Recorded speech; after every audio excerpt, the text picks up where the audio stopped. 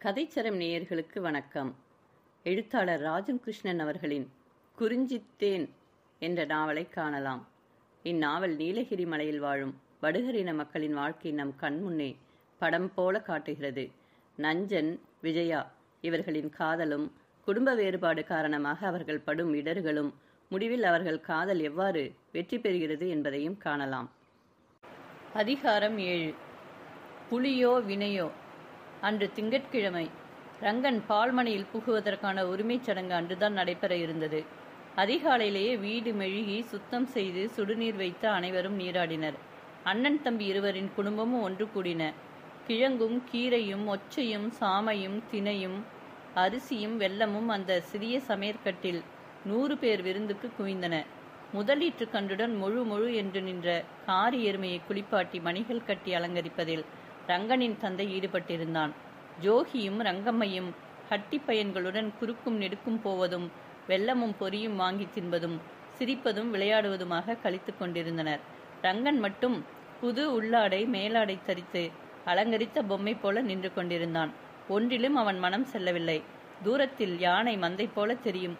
குன்று கூட்டங்களுக்கும் அப்பால் அடர்ந்த கானகங்களுக்கு அப்பால் தொட்டபெட்டா சிகரத்துக்கும் பின்னே மறைந்திருக்கும் ஒத்தை நகரை அவன் ஏக்க சிந்தனைகள் வட்டமிட்ட வண்ணம் இருந்தன. பலவண்ண மக்கள் குழுமும் இடம், குதிரைகளும் வண்டிகளும், வீதிகளில் ஓடும் பட்டணம், கடைகளில் என்னவெல்லாம் பொருட்கள் இருக்குமோ. வெள்ளிக்காசுகளுக்கு அவர்களிடம் பஞ்சமே கிடையாதாம். மேற்கே ஜான்சன் துறையின் எஸ்டேட்டில் தேயிலை செடிகளையும் காப்பி செடிகளையும் அவன் ஒரு நாள் போய் பார்த்ததில்லையே. லப்பையின் காசு கடை, முறுக்கு, சுண்டல் விற்கும் கிழவி கடை எல்லாம் அங்கேதான் இருக்கின்றன. ஒரு துரையின் தோட்டத்திலேயே எத்தனையோ மனிதர்கள், எத்தனையோ துரைகளும் துரைசாணிகளும் உள்ள உத்தை நகரில் என்னென்ன விந்தைகள் உண்டோ. அந்த அற்புத அதிசய நகரத்துக்கு அவன் ஓடியே தீருவான். ஆம், கட்டியை விட்டு அவன் போயே தீருவான். ஒவ்வொரு நிமிஷமும் நெருங்க அவன் பரபரப்பு அதிகமாயிற்று. அடுத்த வாரம் ஹெத்தப்பர் கோயில் புனித நெருப்பை அணைத்து விடுவார்களாம். மறுவாரம் வன்னி கடைந்து புது தீ மூட்டி அவனை கோயில் எல்லையை காக்க சிறை புகுத்தி விடுவார்கள். மூக்குமலையிலிருந்தும் மணிக்கில் ஹட்டியிலிருந்தும் மாமன், மாமிகள், அத்தை முதலிய உறவினர் வந்து கூடினார்கள். லிங்கையா காலையிலேயே நீராடி மடியுடுத்தி பால்மனையை சுத்தம் செய்தான். பெண் மக்கள் ஒதுங்கி நிற்க அவன் பார்க்கலங்களை துளக்கி சுடுநீரூற்றி கழுவி வைத்தான். தனியாக ஒரு மூங்கிற் பார்க்குழாய் உண்டு. அது வழி உபயோகித்த பார்க்குழாய். சுத்தம் செய்த அந்த பார்க்குழாயை அம்மையென நின்ற எருமையின் அருகில் ரங்கனை கையை பிடித்து லிங்கையா அழைத்து வந்தான். அருகில் நின்ற அண்ணனிடம் பார்க்குழாயை தந்து, அண்ணா, நீங்கள் முதலில் பாலை கறந்து பையனை பார்க்குழாயை தாருங்கள் என்றான். அண்ணன் அதை வாங்கி தம்பியிடமே திருப்பி தந்தான். உன் கைக்கு அவை மடி சுரப்பதைப் போல நான் எங்கும் பார்க்கவில்லை. நீயே அவற்றை பேணுகிறாய். நீயே பாலை முதலில் கறந்து ஆசி கூறி பையனின் கையில் கோணையை கொடு என்றான். ஆமாம், அதுவே சரி, நீயே அதை செய் லிங்கா. பார்க்குழாயை வாங்கிக்கொள் என்றனர் பெரியவர்கள். லிங்கையா தட்ட முடியாமல் கோணே என்ற அந்த பார்க்குழாயை இரு கைகளையும் நீட்டி பெற்றுக்கொண்டான். கிழக்கு முகமாக அவன் அமர்ந்து அந்த புனிதமான சடங்கை ஆரம்பித்தான். ஜோகிக்கு தந்தை மாடுகளை கறக்க பார்க்கையில் கைகளும் விரல்களும் துடிக்கும். மந்திர மாயம் போல அவன் தந்தை கை வைக்கையிலேயே பார்க்குழாயில் வெண்ணுரை எழும்பி பால் பொங்கி வருவதைப் போல நிரம்பி வரும். வரம்பை மீறி அது பொங்கி நிற்கும் சமயம் ஆடாமல் அசையாமல் அவன் பார்க்களத்தில் மெல்ல சேர்ப்பான். இன்றும் ஜோகி கண்களில் ஆவல் ஒளிர பார்த்து கொண்டிருந்தான். கன்று முட்டி எருமை மடி சுரந்ததும் பார்க்குழாயை இடுக்கிக் கொண்டு பால் கறக்கும் விதம் காட்டி முக்காலும் நிரம்பிய பாத்திரத்தை லிங்கையா ரங்கனிடம் தந்தான். ரங்கன் அதை ஏந்தி கொண்டு சிறிய தந்தை காட்டியபடி படபடக்கும் நெஞ்சும் நடுங்கும் விரல்களுமாக பாலை கறக்க முயன்றான். பேருக்கு 2 பீர்தான் கிடைத்தது. கறந்த பாலை எடுத்துக்கொண்டு அவன் வீட்டுக்குள் நுழைகையில் அனைவரும் வழிவிட்டு ஒதுங்கி நின்றனர். மாதி தலைவனுக்கு உரிய உண்கலமாகிய பெரிய வெண்கல வட்டிலையும் வேறு களங்களையும் கொண்டு வைத்து ஒதுங்கி நின்றான். முதலில் பெரிய வட்டிலில் பாலை விடு. இன்று முதல் இந்த வீட்டு பொறுப்பில் நீ பங்கு கொள்கிறாய். குடும்பத்துக்கு வேண்டுமென்ற பாலை கறந்து தா. எனக்கு எல்லாவித நலன்களும் கூடட்டும் என்று நம் ஐயனை இரிய உடையாரை வேண்டிவிடு ரங்கா என்றான் சிற்றப்பன். ரங்கனுக்கு எண்ணங்களும் சொற்களும் எழும் கலகலப்பு உள்ளத்தில் இருந்தால்தானே. மாடு கறந்து கொண்டு மண்ணை வெட்டி தானை மிதைத்து கொண்டு ஹட்டிக்குள் அழிந்து கிடப்பதுதானா முடிவு? இல்லை, இல்லவே இல்லை, இல்லை இல்லை என்று மனசு தாளம் போட அவன் உண்கலத்தில் பாலை ஊற்றிய போது அவன் கை நடுங்கியது. அவன் கை நடுங்குவதைக் கண்ட ஜோகியின் தந்தை உதவியாக கை நீட்டி பிடித்துக் கொள்ளும் முன் பால் குழாய் ஆடி பால் கீழே சிந்திவிட்டது. லிங்கையாவுக்கு நேரக்கூடாதது நேர்ந்து விட்டார் போல நெஞ்சு திடுக்கிட்டது. குழுமி இருந்தவர்களின் கசமுசா ஒளிகள் எழும்பின. லிங்கையா சட்டென அவன் கையை பிடித்து மற்ற களங்களில் பாலை ஊற்றினான். இது நிகழ்கையிலேயே பெண்டிற்பக்கம் கசமுசவென்று ஒளி வலுக்கத் தொடங்கியது. புனிதமான சடங்கு நிகழ்கையிலே பெண்களின் பேச்சு எழுவதா? மூக்குமலை மாமன் கோபமுகத்தினராக பெண்கள் பக்கம் நோக்கினர். அந்த கசமுசப்புக்கு காரணம் இதுதான். நஞ்சமைக்கு சடங்கு மைத்துனன் வீட்டில் வைத்து செய்வதிலேயே இஷ்டமில்லை. அந்த வீட்டில் பால்மனை இல்லையா? உண்கலம் இல்லையா? அதையல்லவா முதலில் வைத்து பானை ஊட்ட செய்ய வேண்டும். அவனுக்கு தன் மனைக்கு எதையும் தேடி வரும் பொறுப்பு கிடையாதா? முதலில் அண்ணன் தம்பியையே செய் என்று கூறியது போல தம்பி மனைவி தன்னிடமே அந்த உரிமையை விடுவாள் என்று அவள் பெரிதும் எதிர்பார்த்து இருந்தாள். மரியாதைக்கு கூட அல்லவா அவள் அதை மொழியவில்லை. அவர்கள் செய்வன எல்லாம் சூழ்ச்சிகள் இல்லையா? பையனையும் கூட குடும்பத்துக்கு பிடுங்கிக் கொள்கிறார்களா? தன் அதிருப்தியை அவள் வெளியிட்டு விட்டாள். மூக்குமலை மாமி முன்வந்து சமாதானமாக அந்த மனைக்கு சென்று அங்கேயும் பால் ஊற்றட்டும் என்றான். இருக்கட்டும் இருக்கட்டும் என்று கையமர்த்திய ஜோகியின் தந்தை சமையற் பகுதிக்கு வந்து எல்லா பண்டங்களிலும் பாலை தெளிக்க செய்தான். பின்னர் எதிர்மனைக்கும் சென்றான். முன்னதாக நஞ்சம்மை சென்று அங்கு முன்களம் எடுத்து வைக்கவில்லை, மாமியே எடுத்து வைக்க பாலை தெளிக்க செய்தான். பிறகு குழுமி இருந்தவர்களில் தந்தை மீதும் தாயார் மீதும் பெரியவர்கள் மீதும் பாலை தெளிக்க செய்தான். வற்றாத பால் வழங்க வளம் பெறுவாய், எருமைகளும் பசுவினங்களும் செழிக்கட்டும் என்று ஒவ்வொருவரும் ஆசிகள் வழங்கினர். பின்னர் மீதியுள்ள பாலுடன் சிற்றப்பன் அழைத்து செல்ல ரங்கன் பால்மனைக்கு சென்றான். கைப்பாலை வைத்தான். சடங்குகள் இத்துடன் நிறைவேறியதும், நாளையிலிருந்து நீதான் இந்த எருமையை கறக்க வேண்டும் ரங்கா என்றார் தந்தை. ரங்காவின் முகம் கார்கால வானை ஒத்திருந்தது. பசி பையனுக்கு, முதலில் அவனுக்கு உணவு வையுங்கள் என்றார் கரியமல்லர். பாலும் வெல்லமும் நெய்யும் சேர்ந்த பொங்கலை மணக்க மணக்க தையல் இலையில் முதியவளான பாட்டி ரங்கனுக்கு படைத்தாள். ரங்கனின் விரல்கள் இனிய உணவில் அலைந்தன. சோறு ருசிக்கவில்லை, நெஞ்சு அடைத்தது. ஏண்டா தம்பி, சாப்பிடு, பசி இல்லையா என்றாள் பாட்டி. தனியாக சாப்பிட கஷ்டமாக இருக்குமில்லையா ரங்கா என்று லிங்கையா அருகில் வந்தான். இதற்குள் பெரிய உண்கலங்களையும் தையல் இலைகளையும் கொண்டு வந்த மாதி எல்லோருக்கும் வைத்து அமுது படைக்கலானாள். 4-5 பேர்களாக ஒரே குடும்பமாக பழையவர்களாய் ஒவ்வொரு களத்தையும் சுற்றி அமர்ந்தனர். இனிய அண்ணன் தம்பி ஒற்றுமையை புகழ்ந்த வண்ணம் எல்லோரும் உணவு அருந்தினர். எருமை நடந்து விடுமா லிங்கையா என்று ஒருவர் சட்டென கேட்டார். இச்சமயம் இதை ஏன் நினைவுபடுத்துகிறான் என்று நினைத்த லிங்கையா சட்டென முந்திக்கொண்டு, கால் கூடினால் நடந்துவிடும், 4-5 நாளில் மெல்ல கொட்டிலுக்கு தூக்கி வந்து விடலாம் என்றான். முதல் நாள் முறைக்காவல் இருந்த ராமன் நேற்று நாய் விடாமல் குரைத்தது. அருவிக்கரை கப்பல் கொல்லி போல கண்கள் தெரிந்தன. எனக்கு என்னவோ சந்தேகமாக இருந்தது. காட்டிலிருந்து ஏதோ மோப்பம் அறிந்து வந்திருக்கிறது. நான் ஈட்டி கொண்டு போகவில்லை, பயமாக இருந்தது என்று விவரித்தான். ஜோகியின் தந்தை திடுக்கிடுகையிலே, வேட்டை இருக்கிறதா, இல்லை நரி ஆட்டுக்கடா எதையெனும் பார்த்துவிட்டு புலி என்கிறாயா என்றான் 4ஆம் வீட்டு போஜன். அட, அத்தனை குருடா நான், தொரியனை கேட்டுப்பார் என்றான் ராமன் ரோஷத்துடன். லிங்கையாவுக்கு கவலை மேலிட்டது. அப்படியானால் சுற்று கிராமங்களில் தெரிவித்து வேட்டைக்காரர்களை உஷார் படித்து அழைத்து வர வேண்டாமா? அருவிக்கரை வரையிலும் வந்தது என்றால் நம் ஆடு மாடுகளுக்கு அபாயம் இல்லையா என்றான். சொல்லி அனுப்புவோம் என்று கூறியபடியே கரிய மல்லர் எழுந்து கை கழுவ போனார். அனைவரும் உண்டு முடித்து தாம்பூலம் தரிப்பதும் புகைப்பிடிப்பதுமாக வெளிப்புல் திட்டுக்கு வந்துவிட்டனர். இளைஞராக இருந்தவர்கள் ஹெத்தப்பா கோயில் முன் மைதான மூலையில் இருந்த உருண்டைக்கல்லை தூக்குவது பற்றிய பேச்சுகளில் உற்சாகம் அடைந்தவராக அங்கே சென்றனர். ஜோகியின் தந்தை உண்டு முடித்ததும் ஏதோ ஒரு உந்துதலால் எருமை மேயும் குன்றின் பக்கம் நடந்தான். அவன் முதல் நாள் மாலையில் அதை பார்த்ததுதான். ஜோகி தினமும் காலையில் புல்லறிந்து கொண்டு செல்வான். அன்றைய கோலாகலத்தில் அவன் போட்டானோ இல்லையோ, முட்டுப்பாறையை கடந்து லிங்கையா இறங்குகையிலேயே மாடு மேய்க்கும் சிறுவர்கள் 2 ஓடி வந்தனர். அவர்கள் மரகதமலை ஹட்டியை சேர்ந்தவர்கள் அல்லர். புலி புலி, அதா எருமையை கடிச்சு இழுத்துட்டு போச்சு. லிங்கையாவுக்கு அவனுள் ஏதோ ஒரு மாளிகை குலுங்கி விழுந்தார் போல அதிர்ச்சி உண்டாயிற்று. உண்ட உணவு குலுங்க உணர்வு இருள அவன் ஓடினான். புல்லின் சரிவிலே அவன் அமைத்திருந்த சாக்கு கூடாரத்திலே அவன் கண்ட காட்சியை எப்படி சகிப்பான்? எருமையின் தலை தனியாக பிடுங்கப்பட்டு பாதி சிதைந்து இரத்தமும் களரியமாக இருந்தது. உடலில் பாதி காணப்படவில்லை. அது வந்து இழுத்து போன தடமாக அருவிக்கரை வரையிலும் அப்பாலும் ரத்தம் கொட்டி சொட்டி இருந்தது. மண்ணிலும் மந்தையிலும் உயிரை வைத்திருந்த அந்த பெருமகனின் கண்களிலே நீர் கோர்த்தது. இது எதை குறிக்கிறது? புனித சடங்கு நிறைவேற்றும் நாளிலே இந்த அவலம் எந்த தீமையை குறிக்கிறது ஐயனே? அவன் அந்த மண்ணில் பிறந்து நினைவு தெரிந்து இப்படி ஒரு படுகளறையை தன் கண்களால் கண்டதில்லையே. புலி புலி என்பார்கள், 5 காபந்துகள் செய்வார்கள்.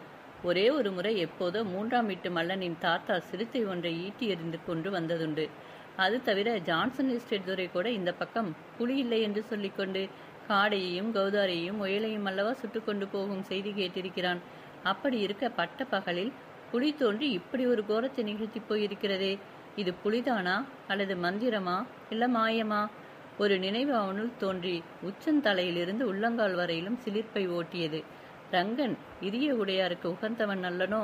மகனே, ஜோகியல்லவா நான் தேர்ந்தெடுத்த பையன், நீ ஏமாற்றுகிறாயே என்று ஐயன் கேட்கும் கேள்வியா? ஈஸ்வரா, இதென்ன சோதனை? கண்கள் ஆறாக பிறகு அவன் அந்த இடத்திலேயே நின்றான். சற்று நேரத்தில் ஆண் பெண் குஞ்சு குழந்தைகள் ஹட்டி அடங்களும் அங்கே ஓடி வந்தன. அப்படி வராதவன் மன ஆறுதலும் மகிழ்ச்சியும் பரபரப்பும் அந்த சமயத்தில் உடையவன் ஒருவன் இருந்தான். ஆம், அது ரங்கன். அதிகாரம் 8. விடுதலை ஓட்டம். வானம் சோவென்று கொட்டித்திருக்கும் என்ற அளவில் அடைக்கருக்கள் இட்டிருந்தது. ஒரே கணத்தில் பளீரென்று சூரியன் உதயமானால் அந்த மலைப்பிரதேசம் எப்படி ஒளிருமோ அப்படி ரங்கனின் இருதயத்திலும் கவிந்த ஏக்க கவலைகள் கரைந்து அவன் உடலிலும் உள்ளத்திலும் அளவற்ற சுறுசுறுப்பை உண்டாக்கியது அந்த நிகழ்ச்சி. 10 நிமிஷ நேரத்திற்குள் தான் பிறந்து வளர்ந்து பழகிய மரகத மலையை விட்டு கனவு கண்ட ஒத்தை நகரை எண்ணி எவரும் போகாத பக்கத்திலுள்ள ஒற்றையடி பாதையில் அவன் ஓடிக்கொண்டிருந்தான். இடுப்பில் முழுசாக இருந்த 2 வெள்ளி ரூபாய்களும் 3 காலனா சில்லறையும் அவனுடைய ஓட்டத்துக்கு உயிரான வேகம் கொடுத்தன.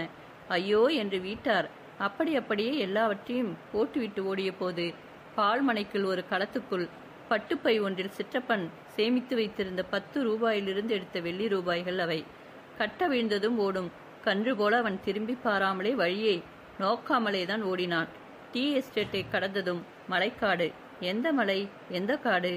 ரங்கன் அந்த பக்கத்தையே இதுவரையில் அறிந்திருக்கவில்லை. கானகத்துள் ஒற்றையடை பாதையாக தென்பட்ட இடத்தில் இளங்கால்கள் கல்லிலும் முள்ளிலும் குத்த வேகமாக ஓடினான். ஆங்காங்கே குறும்பரோ கோத்தரோ தென்பட்டால் அவன் அஞ்சி பதுங்கி பின்பு சென்றான். மலை ஒன்றின் மேல் ஏறி அவன் சுற்றுமுற்றும் பார்த்தபோது சூரியன் இருந்த திசை கொண்டு மரகத மலை எந்த பக்கம் இருக்கிறது, தேவபட்டா எங்கே தெரிகிறது என்பதை அறிய முடிந்ததை தவிர வண்ண விசித்திர ஒத்தை நகர் வண்ண மயிலை போல அவன் கண்முன் விரிந்து கிடக்கவில்லை. இருதயம் படபடக்க அந்த மலையையும் கடந்து ரங்கன் ஓட்டமாக ஓடினான். சிறுதுணியில் அவன் முடிச்சிட்டு வந்திருந்த களியும் பொறி உருண்டையும் வெள்ளமும் குலுங்க இன்னும் ஒரு மலைச்சரிவில் வந்து நின்றான். கீழே ஒரு ஹட்டி இருந்தது. நெஞ்ச துணிவு மாய்ந்தது. கால்கள் பின்னி கொண்டன. எவரேனும் தெரிந்து கொள்வார்களா? அது என்ன ஹட்டியோ? அவனுக்கு உறவினரோ சிற்றப்பனுக்கு தெரிந்தவரோ இருந்துவிட்டால் ஹட்டியின் அருகில் செல்லாமலே அவன் மீண்டும் இறங்கி கானக வழியில் புகுந்தான். இளம் உள்ளத்தில் கிளியை ஊட்டும் விசித்திரமான ஒலிகள் அவனுக்கு கேட்டன.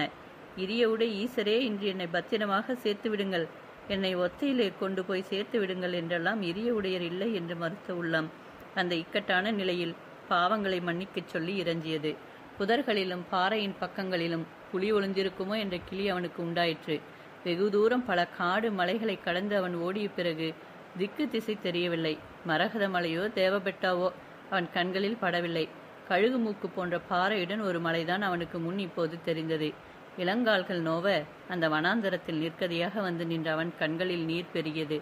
ஐயனே, நான் பொன்னுடன் திரும்பி வந்து உங்கள் கோயிலுக்கு 4 எருமைகள் விடுவேன், என்னை காப்பாற்றும் என்று வாய்விட்டு கதறினான். சிறிது தேறி ஒருவேளை இரவுக்குள் உயிரோடு இருக்கிறோமோ இல்லையோ என்ற நினைவுடன் பொறி உருண்டையை தின்று கொண்டே நடந்தான்.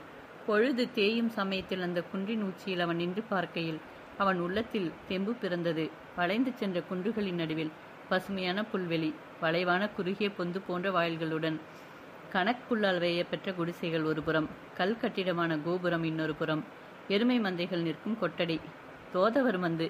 மனிதவாடை தெரியாத கானகத்திலிருந்து மக்கள் குடியிருப்பை கண்டுவிட்ட தைரியத்தில் அவன் அந்த மந்தையை நோக்கி நடந்தான். புதுக்குழி அணிந்த பூசாரி அருவித்துறைக்கு போய் வரும் வழியில் அவனை சந்தித்தான். உற்று பார்த்தான். ரங்கனுடனேயே நடந்தான். தொதவன் அவன் மொழியில் ரங்கனை ஏதோ விசாரித்தான். ரங்கனின் நெஞ்சம் திக் திக் என்று அடித்து கொண்டது. மறுமொழியின்றி நேராக நடந்தான். குடிசை ஒன்றின் வாசலில் வந்து உட்கார்ந்தான்.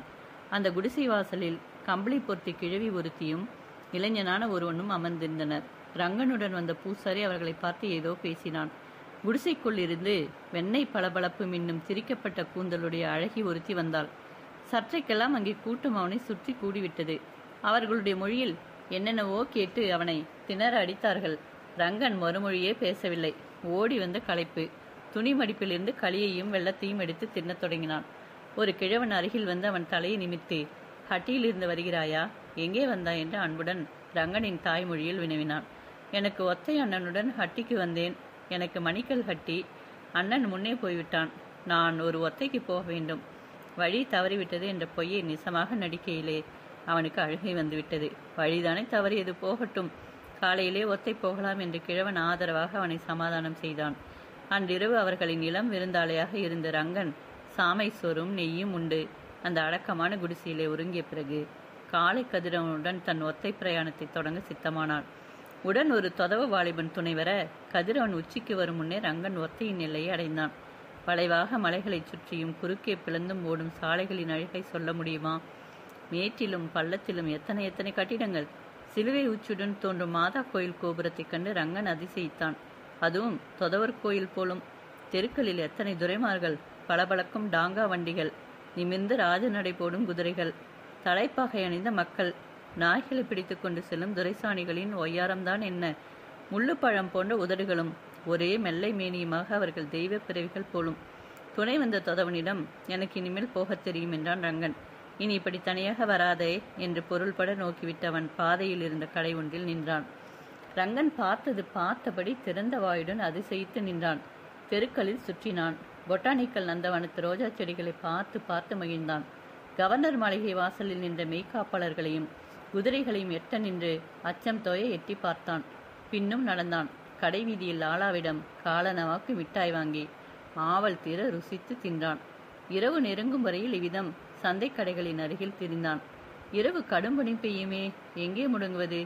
மேலாடை இறுக போர்த்தி கொண்டு ஒரு கடைவாசலில் சுருட்டி கொண்டு அன்றிரவு உறங்கினான்.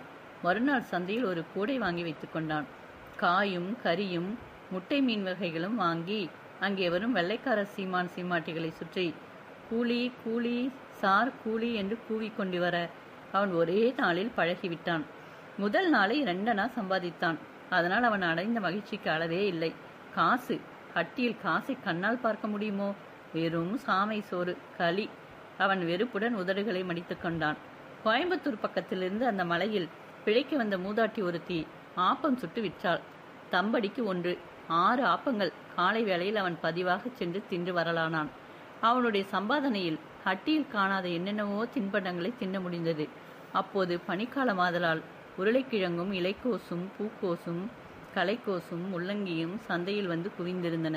வெள்ளை சீமான்கள் வந்து அந்த கடைகளை சுற்றி வரும்போதெல்லாம் எல்லா கடைக்காரர்களும் தங்கள் சரக்குகளின் நயத்தையும் அருமையையும் கூறி கூறி கூவுவார்கள். வியாபாரம் அவர்களிடம்தான் அநேகமாக ஆகும். கூடை சுமந்து கூலி வேலை செய்த ரங்கனுக்கு அந்த சந்தையில் சுபு பிள்ளையின் சிநேகிதம் கிடைத்தது. கோழி முட்டைகளும் பூக்கோசு இலைக்கோசுகளும் அவன் கூடையில் வியாபாரத்துக்கு கொண்டு வருவான். அவசரமாக படிக்கு பாதியாக போட்டுவிட்டு போய்விடுவான். ஒரு நாள் ரங்கனே அவனுடைய 10 பூக்கோசுகளையும் 20 முட்டைகளையும் விற்று அவனிடம் பணத்தை கொடுத்தான். ரங்கனுக்கு உடல் வணங்கி மண்ணோடு ஏய்ந்து உயிர் வாழும் நாட்டமே இல்லை. வெள்ளி பணம் சம்பாதிக்கும் ஆசை அவனுக்கு விழுந்து விட்டது. அவனுக்கு வியாபார திறமையும் காலை முக்காலாக்கி பிடிக்கும் சாமர்த்தியமும் இருந்தன. இந்த குணத்தை சுப்பு பிள்ளை கண்டுகொண்டான். மட்டல் காய்ச்சி எடிபிடி பையனாக மேஜர் துரை பங்களாவில் சில ஆண்டுகளுக்கு முன் வேலைக்கு வந்த சுப்புதான் சுப்பு பிள்ளையாக அரண்மனை போன்ற பங்களாவில் குதிரைக்காரர், குசினிக்காரர், நாய்க்காரர், பட்லர், ஆயா முதலிய பணியாளர்களின் படைக்கே தலைவனாகும் நிர்வாக திறமையை அடைந்திருந்தான். துரை வீட்டு நிர்வாகத்தில் அவன் பிழைத்து திண்டுக்கல்லில் உள்ள குடும்பத்துக்கு பணம் அனுப்பி ஒத்தையிலை வீடொன்றும் வாங்கிவிட்டான் என்றால் அவனுடைய சாமர்த்தியத்துக்கு அத்தாட்சி தேவையில்லை அல்லவா? துரை பங்களா தோட்டத்தில் காய்கள் பயிராகும் ஜாதி கோழிகளின் பண்ணை ஒன்று இருந்தது. அவற்றை ஒரே கணக்காக வைத்துக்கொண்டு பெருகுவதை அவ்வப்போது பணமாக்கும் முயற்சியில் அவனுக்கு ரங்கனைப் போல ஒரு பையன் தேவையாக இருந்தான். நாளொன்றுக்கு 1 ரூபாய்க்கு மேல் பையன் சம்பாதித்து தந்தால் ஒரு நாளைக்கு அவனுக்கு ஓரணா கொடுக்கக்கூடாதா? அந்த ஓரணா 2 அணாவையும் மிச்சம் பிடிக்க சுப்பு பிள்ளை ஒரு வழியை கையாண்டான். பண்டு சோலையில்தான் என் வீடு இருக்கிறது. நீ மாலையில் வீட்டுக்கு வந்து விடேன், இரவில் உனக்கு சாப்பாடு தந்து விடுகிறேன் என்றான். ரங்கனுக்கு கசக்குமா? துரை பங்களாவில் இருந்து அந்த பங்கையும் சுப்பு பிள்ளை பெற்று வந்து விடுவான். சாமை சோற்றுக்கு பின் ஆப்பமும் மிட்டாயும் புளிக்குழம்பும் அரிசி சோறும் ருசித்த ரங்கனுக்கு துரை பங்களாவில் தயாராகும் புலால் உணவின் ருசியும் பழக்கமாயிற்று. வாழ்க்கை அவனுக்கு பிடித்திருந்தது. கையிலே பையிலே செப்பு காசுகளும் நிக்கல் காசுகளும் குலுங்கின. வெள்ளி பணமாக எத்தனை நாட்கள் செல்லும்? தன் இனத்தார் எவரேனும் வந்தால் கண்டு கொள்வாரோ என்பதால் அவன் தலையில் துணி சுற்றுவதை விட்டான். முழுக்கை சட்டை அணிந்து ஆங்கிலமும் தமிழும் கொச்சையாக பேச கற்றான். உதகை நகர வாழ்க்கையில் துரிதமாக முன்னேறினான். ஊரின் நினைவே ரங்கனுக்கு எழவே இல்லை. அதிகாரம் 9. பால் பொங்கியது. ரங்கன் ஹட்டியை விட்டு சென்ற பின் 2 பனிக்காலங்கள் வந்து போய் 2வது வசந்தமும் வந்துவிட்டது. கீழ்மலை மாதுளங்கேஸ்வரர் கோயிலில் அழல் மிதிக்கும் திருவிழா நிறைவேறி பூமி திருப்பி புது விதை விதைக்கும் விழா நடைபெற்று பயிரும் வளர்ந்தாயிற்று. காய்ச்சலில் கிடந்து புது ரத்தம் ஊறும் உடல் போல வறண்ட மரங்களில் எல்லாம் புதித்தளிர்கள் தோன்றின.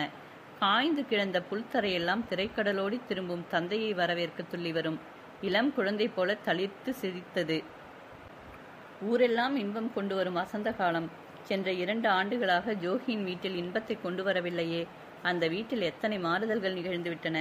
அதிகாலையில் புள்ளினங்களின் இன்னொலியும் கோழிகளின் கூவலும் கேட்கும் முன்னே ஜோகியின் உறக்கம் அன்று கலைந்துவிட்டது. கூரையை அண்ணாந்து பார்த்த வண்ணமே படுத்திருந்தான்.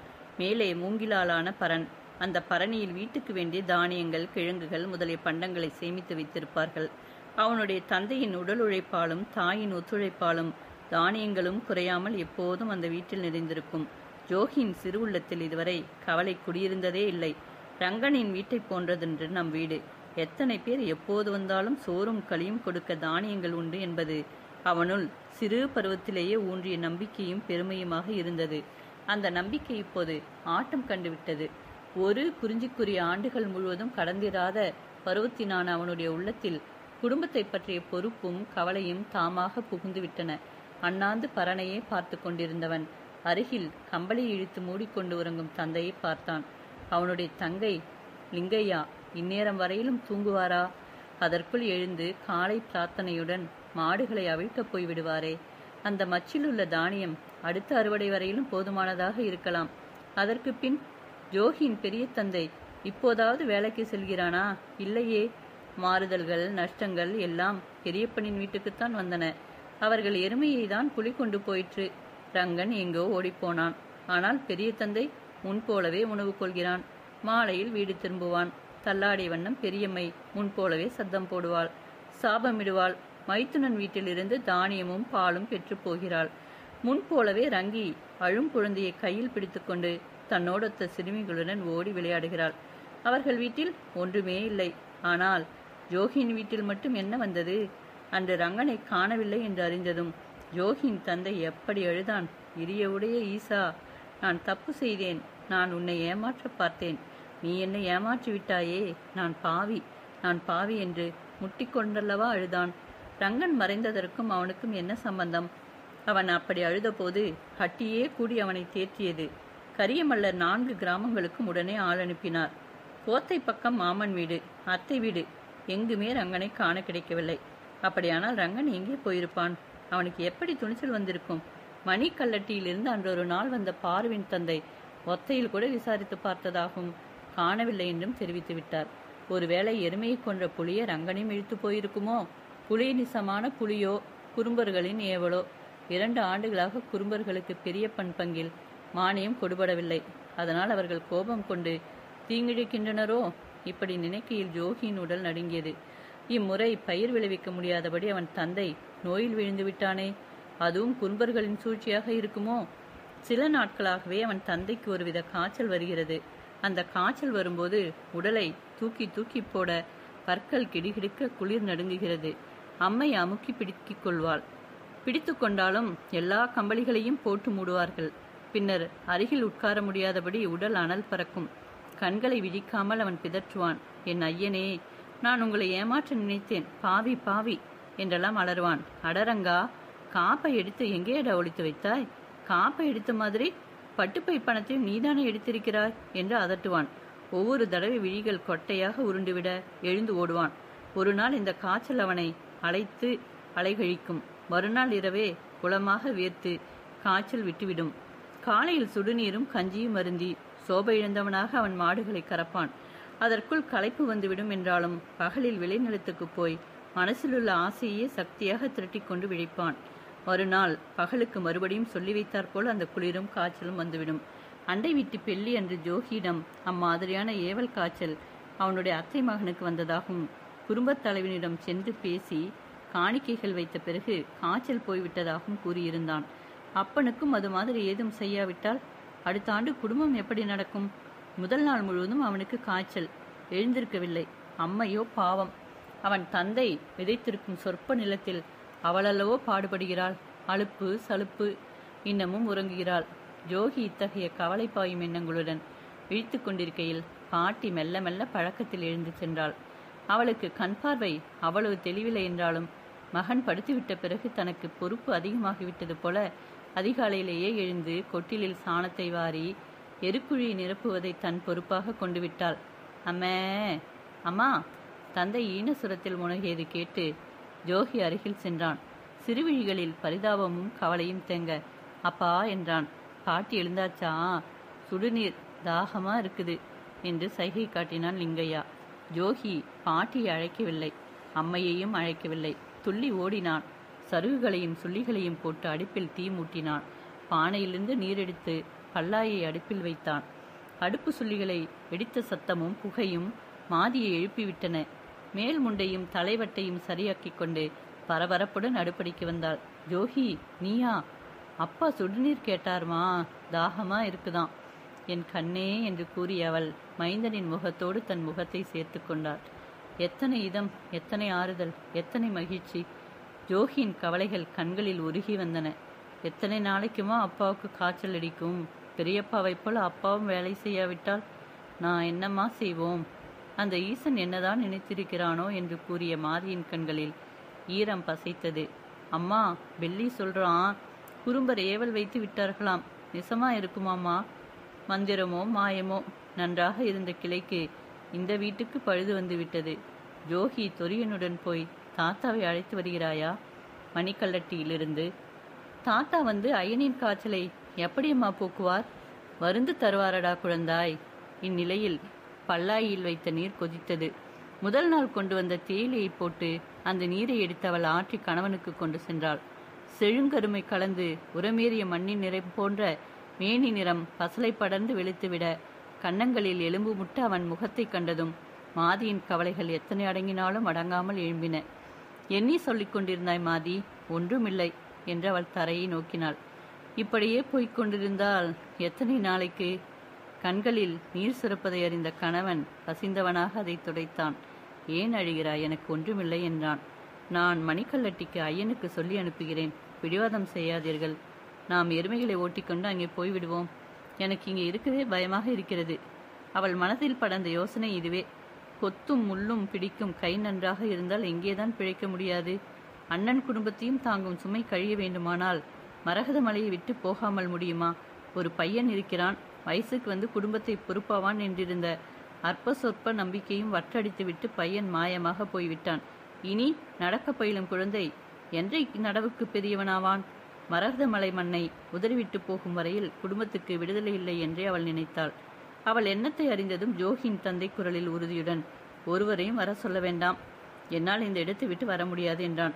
அப்படியானால் உங்கள் அண்ணன் குடும்பத்தை எங்கேயாவது போய் பிழைக்கச் சொல்லுங்கள். நீ என்னிடம் இந்த பேச்சை எப்படி மாதி எடுத்தாய்? இருப்பதை பகிர்ந்து வாழ்வது நம் கடமை. பயந்து ஓடுவது கோழைத்தனம் அல்லவா? ஒருவர் சுகமாக இருக்க ஒருவர் சாவதா? நான் இன்னொருத்தியை கட்டியிருந்தேனானால் நீ என்ன செய்வாய் மாதி? இன்னொருத்தி பிள்ளைகளை பெற்று தருவாள், பூமியில் வேலை செய்வாள், வீண் பேச்சு பேசி சண்டை போட்டு இருக்கும் பிள்ளை விரட்ட மாட்டாள் என்றால் காரமாக. பிள்ளையை அவன் விரட்டவில்லை, நான் விரட்டி விட்டேன் மாதி, நான் விரட்டி விட்டேன். இரிய உடையார் ஆணையை நான் சரியாக ஏற்கவில்லை. மனப்பிராந்தியில் நீங்கள் இதையே சொல்லி என்ன பயன்? மாதி, நேற்று புலியுடன் சண்டை செய்வது போல கனவு கண்டேன். தாவி வந்து மேலே கைகளை பிடுங்க வருகிறது. நான் எதிர்த்து எதிர்த்து வீழ்த்துகிறேன். அது பின்னும் பின்னும் சாகாமல் வருகிறது. நானும் சாகாமல் சளைக்காமல் போராடுகிறேன். அப்புறம் முடிவே இல்லை. ஜோகி திரும்பினான். கை ஜில்லென்று மேலே பட்டது. இழுத்து கொண்டேன். ஜோகிக்கு அண்ணன் கையைப் போல தன்னென்ற கை, சூடாகாத உடம்பு. உங்கள் அண்ணனை குழந்தையுடன் ஏன் ஒப்பிடுகிறீர்கள்? காலையில் எழுந்து என்னை எழுப்பாமல் பாட்டியை அழைக்காமல் தானே சுடுநீர் காய்ச்சினான். கன்றுகளையும் மாடுகளையும் அவிழ்த்து இப்போது பாட்டிக்கு உதவியாக குப்பை கூட்டுகிறான். எனக்கு கண்ணீர் வந்து விட்டது. அவன் உங்கள் மகன். கனவு சண்டை முடியாமலே முடிந்துவிட்டது. அதற்கு என்ன பொருள் என்று புரிகிறது அவனுக்கு? இதற்கெல்லாம் அர்த்தம் உண்டா? நான் வாழ்க்கையெல்லாம் போராடப் போகிறேன். புலியை எதிர்த்து நிற்பது போல நிற்கப் போகிறேன்.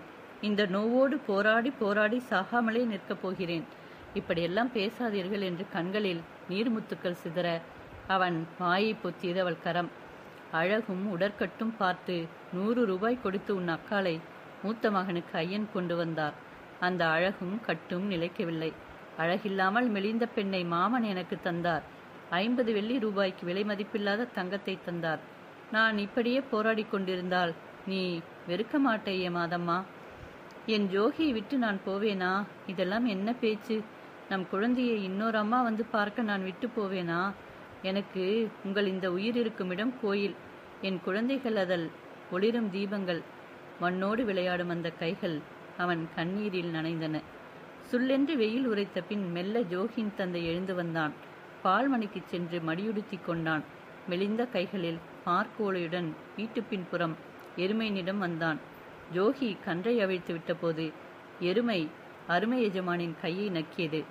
அளவற்ற பலவீனத்தினால் அன்று ஜோகியின் தந்தையினால் பார்க்குழாயை கூட சரியாக பிடிக்க முடியவில்லை. அவன் கைகளுக்குத்தான் மாடுகள் பாலை பொழிந்தனவே தவிர அவன் பலம் ஓய்ந்துவிட்டது. ஓர் எருமை கறக்கும் முன் அவன் உடலில் இறுக்கம் உண்டாயிற்று. பாத்திரத்தில் பாலை ஊற்றியவன் சோர்ந்து அங்கேயே சாய்ந்து விட்டான். மாதி பார்த்தவள் பதறினாள்.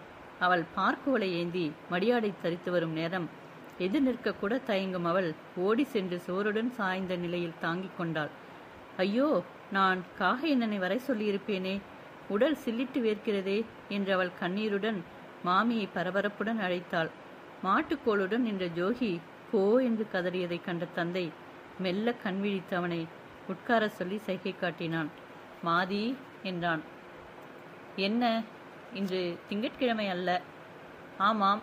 ஜோகிக்கு சுடுநீர் வைத்து முழுக்காட்டி நல்ல துணிகளை உடுவெல்லம் இருக்கிறதில்லையா, நீயும் முழுகிவிட்டு சீனி பொங்கல் வை. மாதி விழிக்கடையில் உருண்ட நீரை சுண்டி எறிந்தாள். அவனுடைய உள்ளெண்ணம் புரிய அவளுக்கு நேரமாகவில்லை.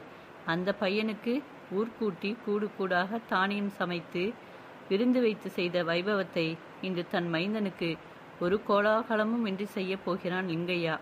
இளஞ்சிறுவன் ஜோகி இப்போதே வீட்டு பொறுப்பை ஏற்கப் போகிறானா? ஜோகி மிகவும் சின்ன பையனாயிற்றே என்றாள். குறுக்கே பேசாதே. ஜோகிக்கு எருமை கறக்க மிக ஆசை இல்லையா ஜோகி? ஆமாம்பா, ரங்கனுக்கு செய்த போதே நானும் கறக்கிறேன் என்றேனே. இன்று நீதான் பால்மனைக்கு போகப் போகிறாய். போ, அம்மை சுடுநீர் வைக்கையில் அந்த எருமைக்கு தண்ணீர் ஊற்று என்றான் லிங்கையா. ஜோகி மகிழ்ச்சியுடன் ஓடினான். அன்று முற்பகல் வீட்டு வாசலில் ஜோகி குளிப்பாட்டி கொண்டு நிறுத்தியிருந்த எருமைக்கு அருகில் மெல்ல வந்த தந்தை கோணையில் கொஞ்சம் பாலை கறந்தான். மைந்தன் கையில் அதை கொடுக்கையில், பசவேசா என்று இந்த பையன் இந்த உரிமையை ஏற்கட்டும். இவனை ஐயனின் நெருப்பை காக்க நான் கட்டாயமாக விடுகிறேன். என்னை மன்னித்து விடு. இந்த குடும்பங்கள் ஒரு குறையும் இல்லாமல் தழைக்கட்டும் என்று மனம் இறைஞ்சி நின்றது. ஜோகி இரு கைகளையும் நீட்டி பார்க்குழாயை பெற்றுக்கொண்டான். அவனுடைய பிஞ்சு விரல்கள் வெகுநாள் பழக்கப்பட்ட பணியை செய்வன போல இயங்கின. குவளையில் பால் வெண்ணுரையாக பொங்கி வந்தது.